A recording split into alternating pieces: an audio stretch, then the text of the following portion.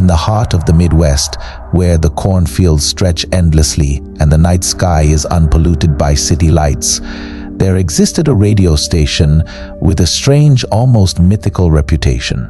WXRK 107.9 FM wasn't just a station, it was a staple of the community.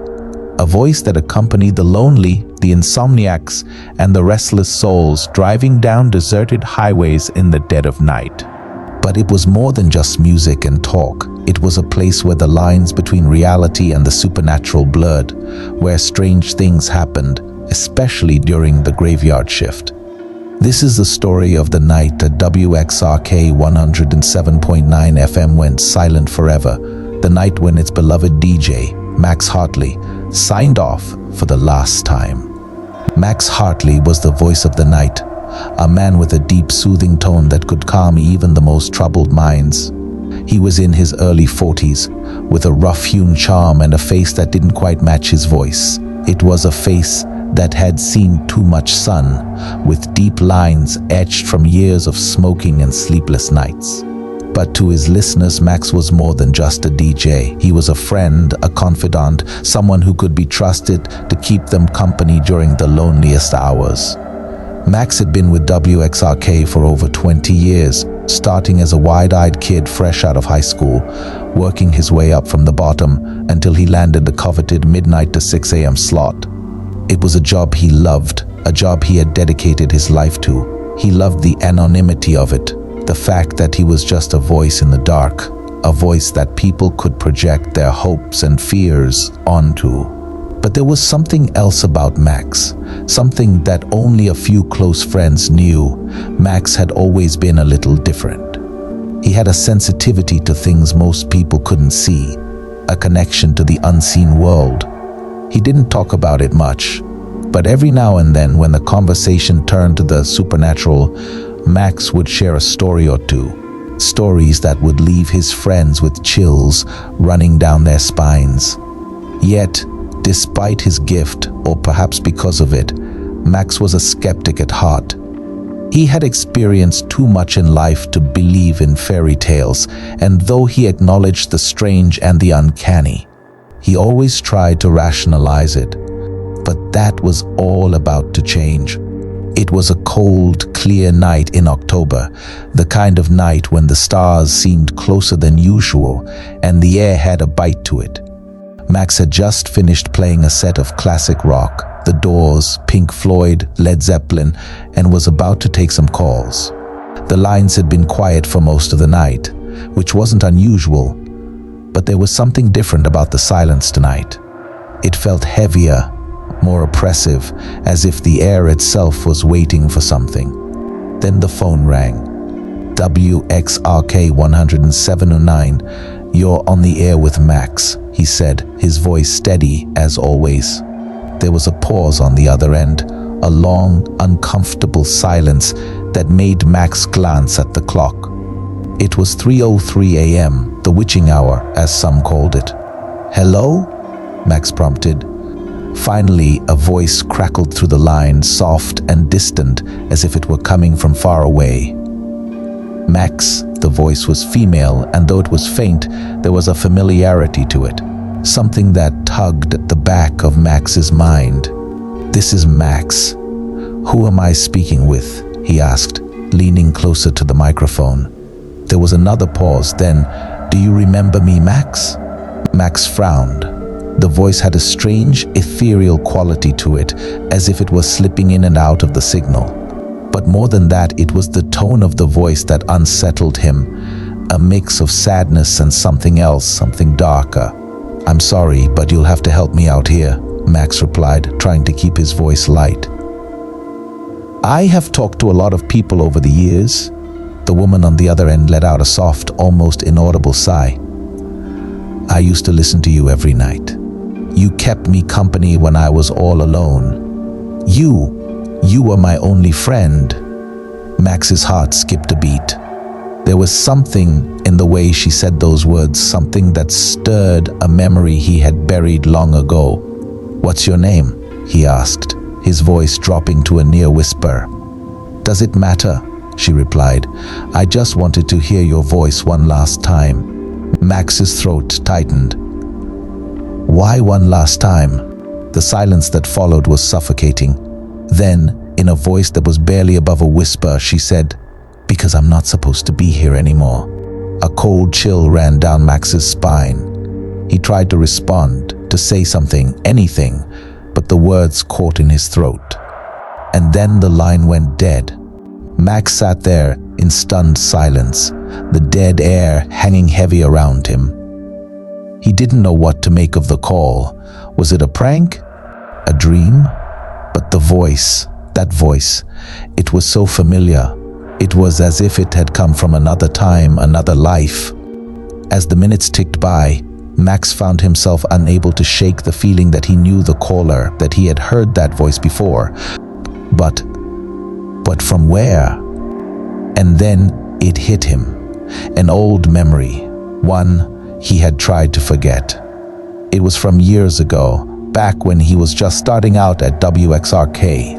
There was a woman who used to call in regularly, always late at night, always during his shift. She had been lonely, desperate for someone to talk to. Max had taken her calls night after night, offering her comfort and companionship through the airwaves. Her name was Evelyn. She had been a troubled soul, battling with depression and isolation. They had developed a bond of sorts, a strange connection that transcended the usual boundaries of a DJ and a listener. But then, one night, the calls stopped. Max never heard from her again.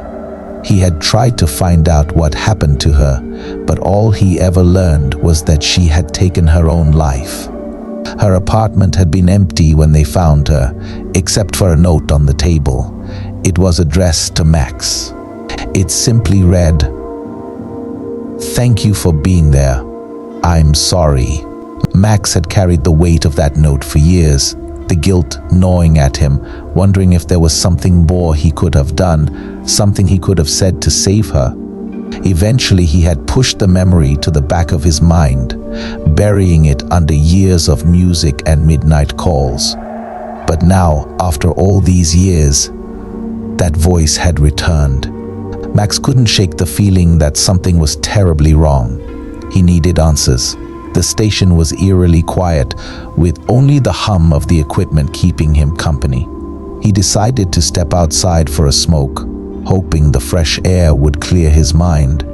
As he stood in the cold night, the cigarette glowing faintly between his fingers, he noticed something strange.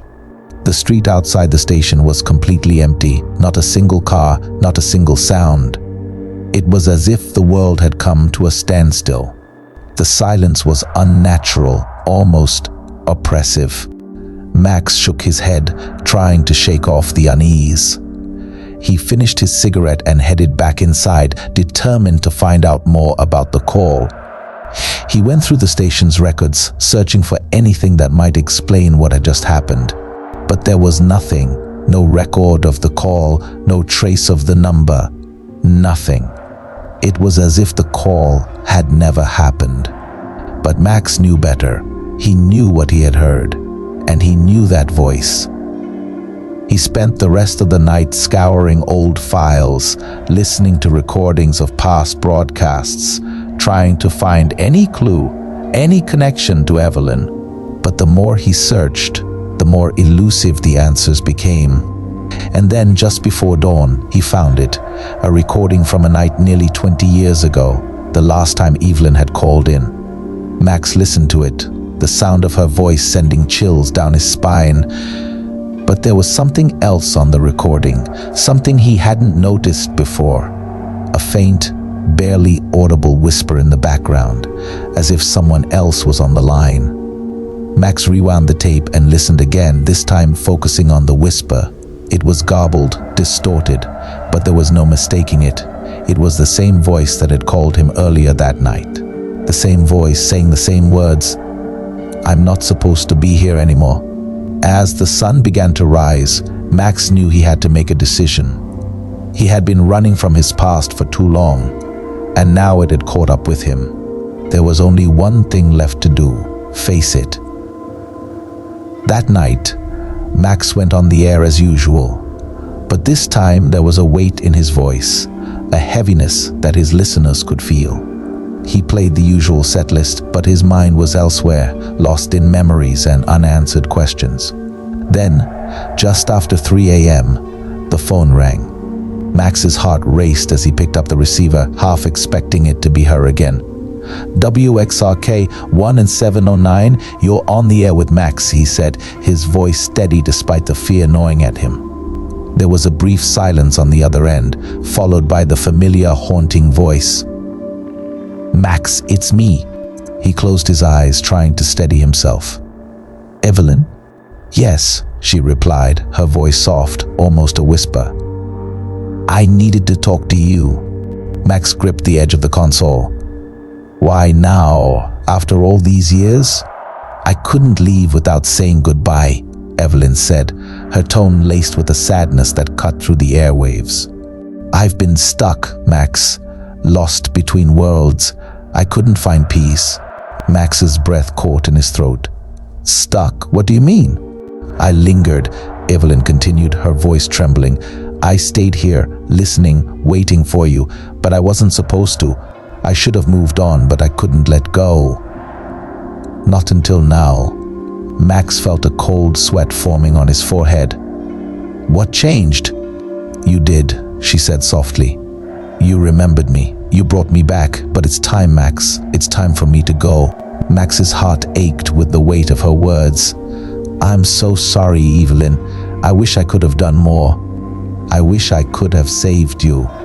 You did more than you know, Evelyn replied gently. You were there when no one else was. You gave me hope, even if it was just for a little while. But you need to let me go now. We both need to move on. Max's hands trembled as he reached for the microphone. What do I need to do? Just say goodbye, Max. Say goodbye and let me go. Tears welled up in Max's eyes as he struggled to find the words. Goodbye, Evelyn. I'll never forget you.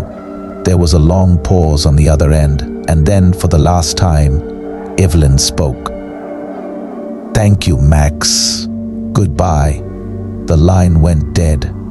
Max sat there in the silence, the weight of the moment pressing down on him. He knew she was gone, finally at peace. But as he looked around the studio, he realized something else. WXRK 107.9 FM had served its purpose too. It had been a beacon for the lost, the lonely, the troubled souls who needed a voice in the night.